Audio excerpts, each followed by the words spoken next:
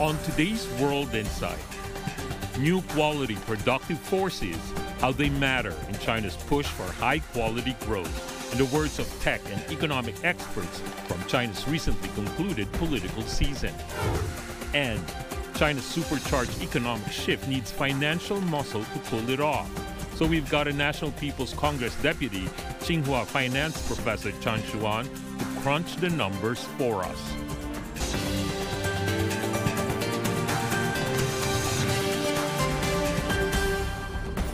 And welcome to World Insight with me, Tian Wei. This year's political season, China committed to tap into new quality productive forces while on a big transition of the nation's economy. It's a leg up for China's efforts toward high-quality development through innovation and sustainability. The strategy is also a game changer, many believe, in shaping and reshaping the future of production. So exactly how can new quality productive forces contribute to China's economy? What is the best way to harness new technologies? On the sidelines of this year's political season, I talked to tech and economic experts to get some answers.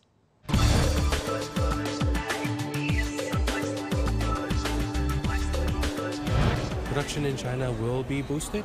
There will be a lot of development, and not only domestically, but internationally.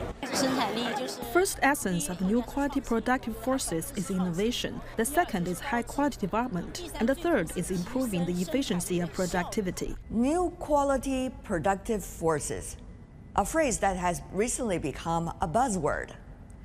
Marked by innovation, new quality productive forces are believed to represent a diversion from traditional economic growth models, aligning with China's new development philosophy, prioritizing innovation and sustainability. Still a bit abstract, isn't it? Here are some examples.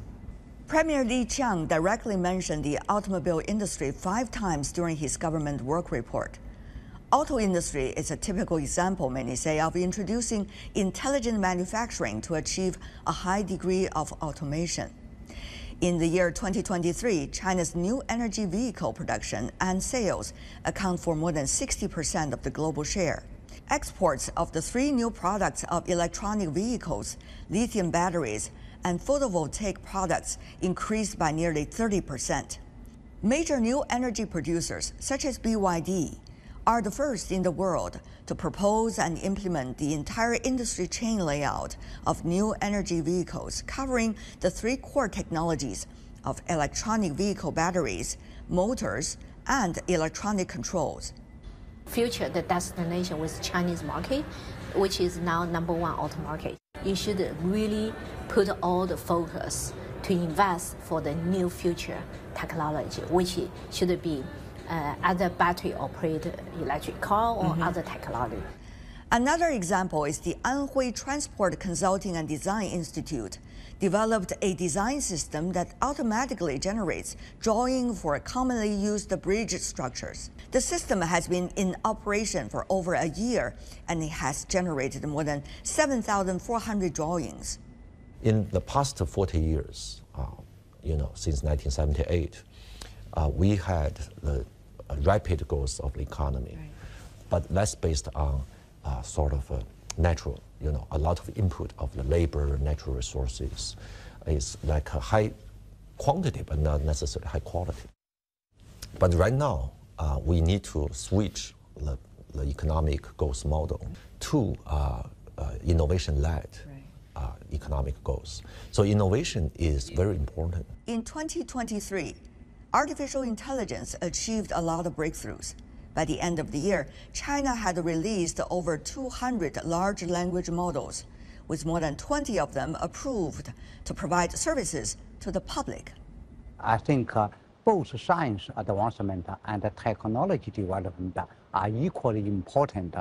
It takes time to transfer a discovery in the science into a practical technology, then to the industry or economics.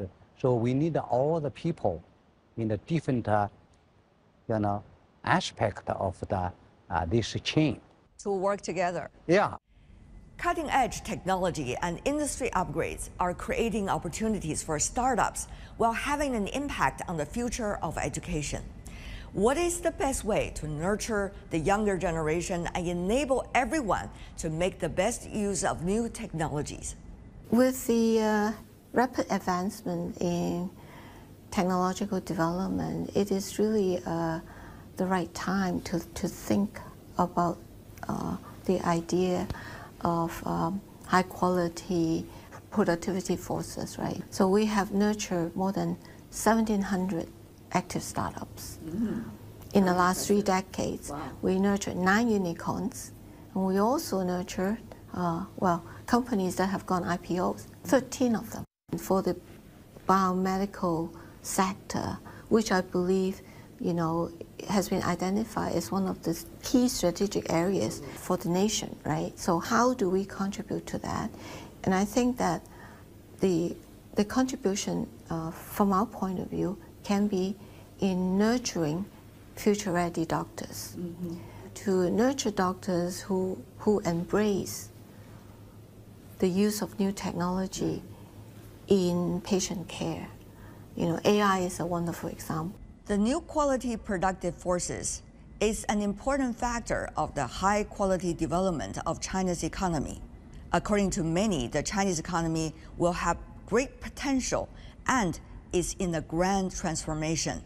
China have enjoyed 30 years of extremely high growth. I mean, continually for 7 to 8% growth, Tianwei is inevitable. Have some slowdown, right? China have already achieved an economic miracle. And for us to expect any situation that we can continue the 8% growth, I think is a bit naive. But even at 4-5% today, Tianwei, I think, is still encouraging because we have reached a very mature status of growth. So what is the most important factor when evaluating an economy's development status? Should we only factor in numbers like GDP growth, or should we take a holistic view of social and economic realities? The answer, of course, is the latter. According to economists, we have seen earlier examples of developed economies starting with high economic growth rate, followed by a more stable and resilient trajectory afterwards. This time, having talked to deputies and members during the 2 sessions, I feel a sense of urgency and excitement among them about the new opportunities of new quality productive forces. That's my brief takeaway from the just concluded 2 sessions in China. You're watching World Insight. I'm Tian Wei. Still to come, China's supercharged economic shift needs financial muscle to pull it off. So we've got an NPC deputy, Tsinghua University financial professor Tian Xuan to crunch the numbers for us next.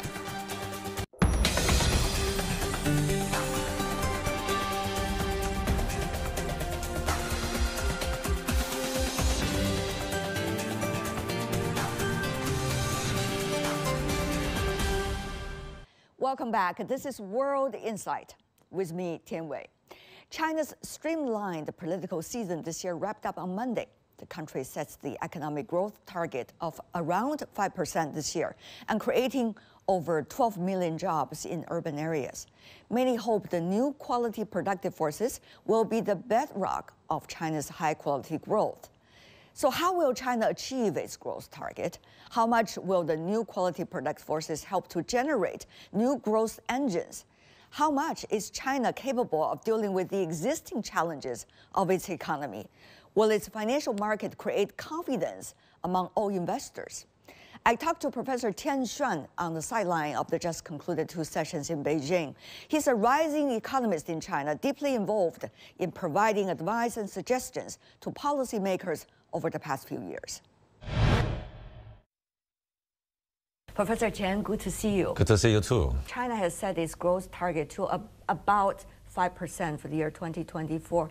Some consider this as quite an ambitious target. Many wonder, with all these goals, grand ones, how is China going to achieve it? I agree with you. Actually, there were a lot of discussions starting from second half of last year. Some were quite pessimistic.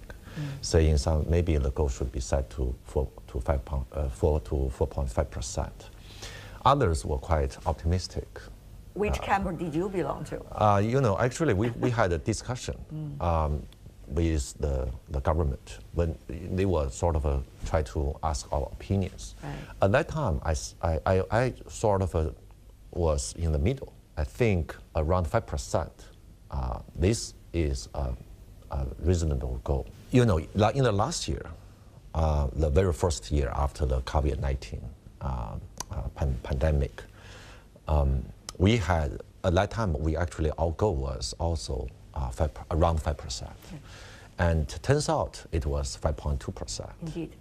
We had some ups and downs, in terms of the economy, economic growth in the last years.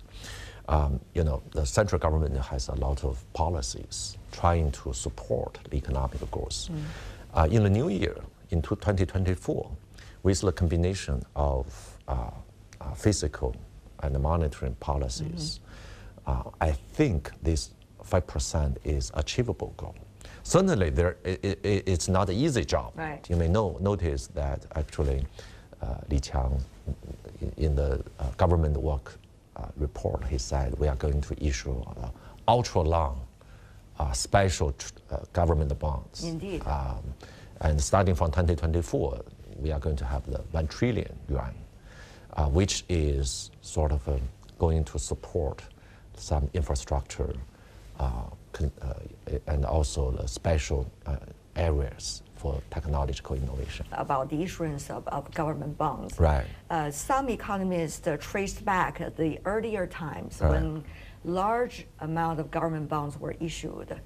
For example, around the time of the Asian financial crisis, or a decade later when the global financial crisis was taking place. Right. It was usually when the biggest crisis happened, right. and China being a very constructive player. So many wonder, what does that mean when the Chinese premier suggested that large amount of government bonds are likely to be issued this year? Right. What does that say about the state of the Chinese economy, some suspected? Yeah, that's a very good question. I think the current situation is that the central government has a quite low debt level. Certainly, we have some local government debt issues, but the central government still has quite large room to issue debt to stimulate the economic growth. One could say the local economy is actually making so-called the blood for the overall health of the Chinese economy, isn't it? If the local government debt is not necessarily dealt with more efficiently, how could, even on the issue of ultra-long government debts coming from the central part, be possible? Right. Starting from the last year, the central government has clearly realized the challenges, and they have sort of started to find ways to help local governments. Like what? Like capital transfer from the central government to the local government, and also sort of trying to maybe extend the debt, have the rollover. And I think it's quite effective in terms of now we do not have immediate concerns regarding the local debt issues like last year. When you say immediate, what does that mean? Meaning, the local governments cannot pay off the debt. All right. Okay. So that crisis is calmed down. Calmed down, exactly. I think the point of these ultra-long government bonds is not only just trying to solve immediate issues or short-run problems. It also aims to stimulate economic growth in terms of the long run. Right. Sort of a very popular new phrase is called new quality productive forces, right? It focuses on innovation, technological innovation. So innovation is very important, and the central government certainly understands innovation is a process of the exploitation of unknown approaches and methods. The process is very long, it's very idiosyncratic and risky. So and sometimes it cannot be planned. Exactly. That's what I mean. That's what science is, isn't it? Exactly. That's what I mean is idiosyncratic. You cannot plan it. So it needs, we call it the patient capital. And the central government actually is a very important driving force to provide this patient capital. I love that word. Yeah. Patient capital. Well, I don't know the detail, but I'm sure some part of these ultra-long government bonds will be used to solve short-term problems, but most of them will be used to promote economic growth through technological innovation. Both sound wonderful, that we are dealing with the existing challenges, calm down the quote-unquote the crisis, in your words, and at the same time encouraging the new quality productive forces. But one really wonder whether we could fight so many fires at the same time. For example, there is still the real estate challenges. At the same time, the confidence for the economy among the public to encourage consumption is another thing. And the list goes on. Professor, where should we put our money, our energy, our resources? Well, you know what? Multitasking is always the issue. Right now, the central government, the main concern is to keep the ball rolling. If we can keep the economic going, I think these issues will be solved along the way. For example, consumption. So actually in the last year, I was attending a field study of this NPC.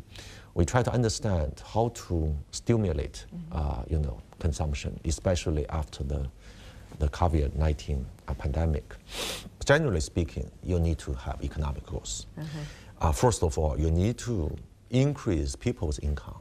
The way to increase disposable income is to increase employment, right? We need to create, actually this year, the government says we need to create at least 12 million jobs. That's a very challenging job. But last year we created even more. Last year we had, I remember last year the government work report suggests to create around 12 million jobs, but we create 12.6 million jobs in 2023. So this year we are a little bit more aggressive. It's not around 12 million, but it says at least 12 million. So I'm confident that we are going to create enough jobs. The second point is we need to improve our social security system, so such that people. That's so crucial. Yeah, I need to have money, but I also need to have the ability to spend. So we need to do a lot of things like healthcare, like education, like housing stuff. That's another challenging job. And thirdly, we sort of need to provide better consumption, supply, sort of new consumption goods and services.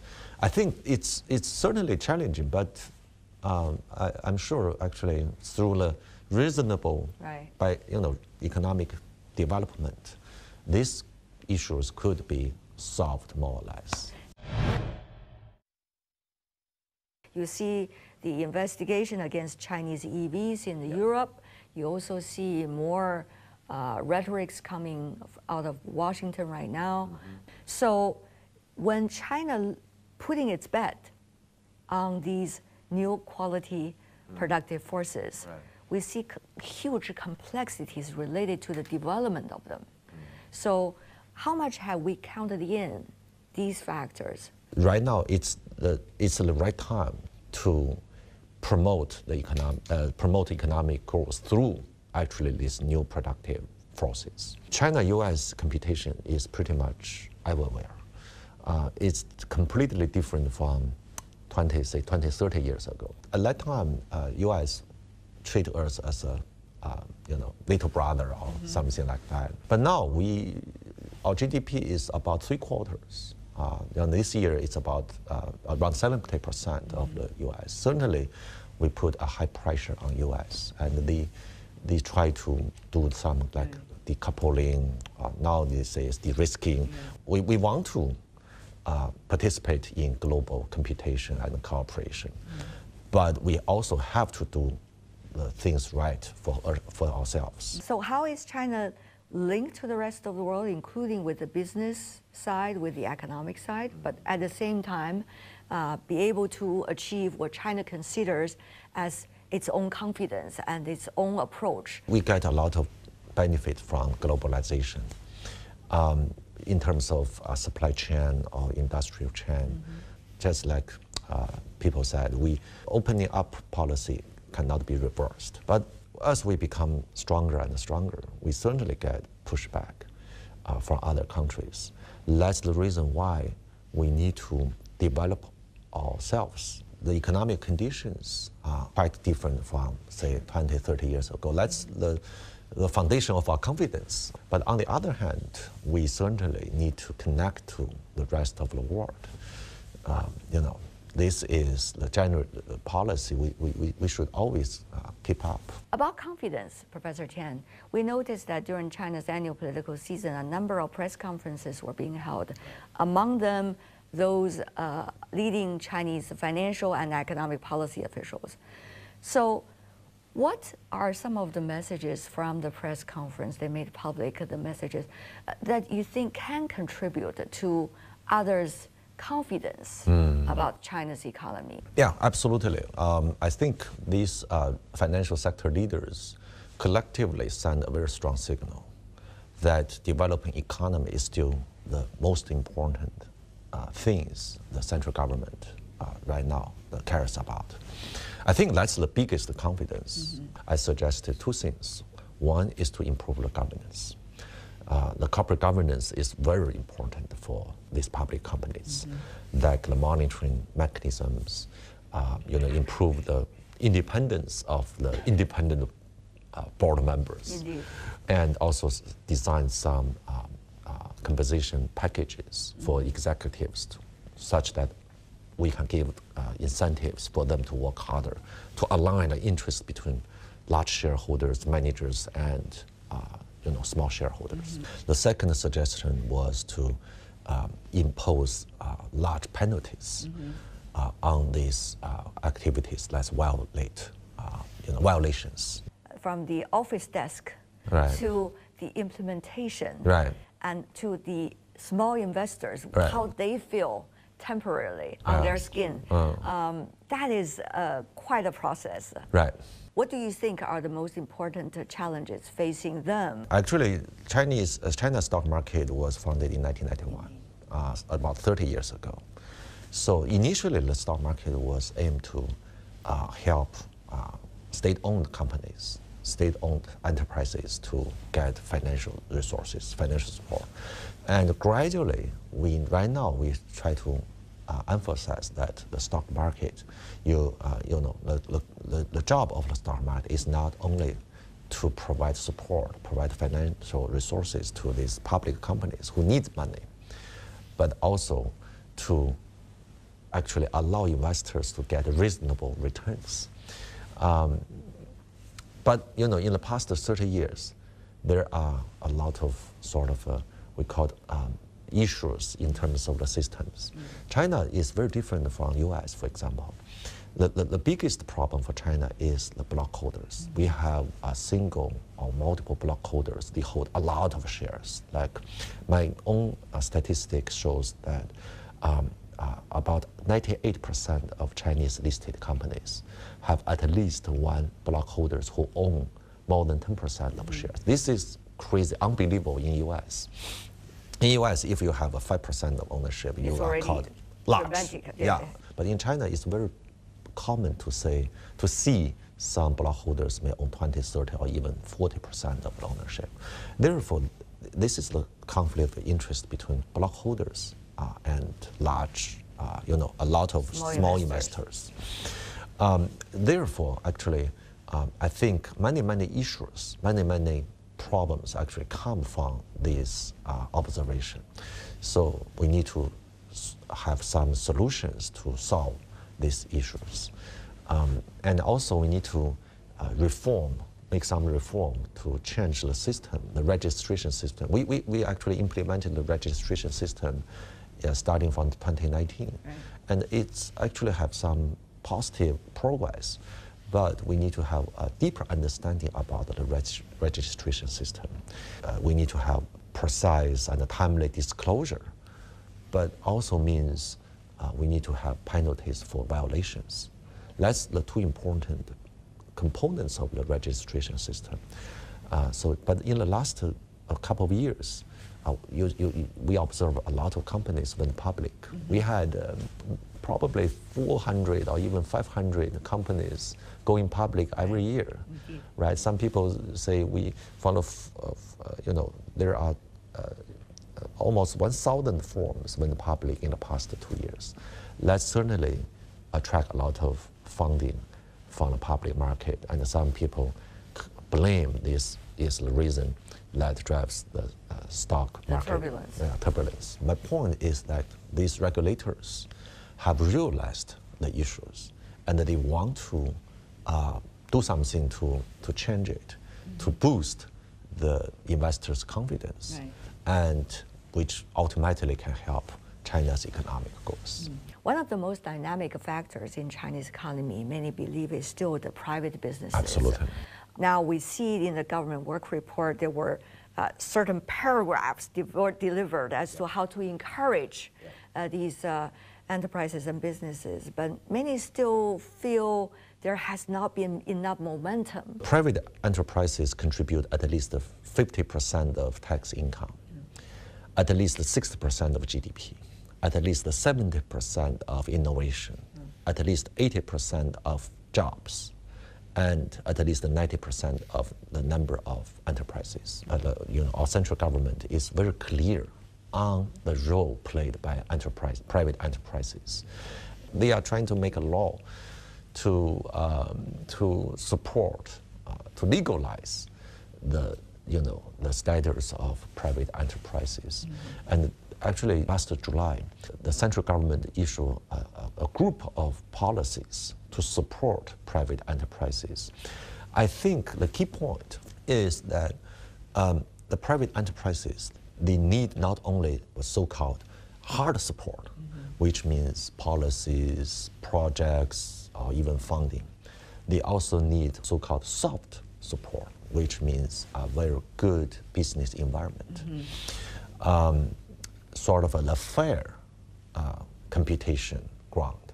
We support their goals, health goals, and provide whatever the support they need.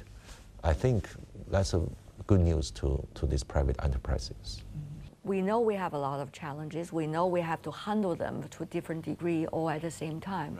But still, priorities are the crucial things. How would you suggest what the priorities are? Local government bonds, debt issues. It's not urgent like last year, but still a big issues. The real estate issues, and also the medium small financial institution debt issues. In the short run, that's on the top of our priority list.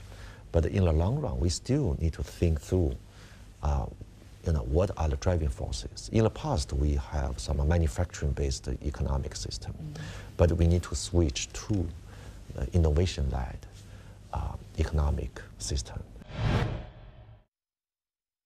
That's my interview with Professor Tian Xuan from Tsinghua University. That's all the time we have for today. If you'd like to know more, search World Insight. Check out our YouTube channel. Follow us on X and Facebook. I'm Tian Wei. On behalf of the team, thanks for being with us. Bye for now.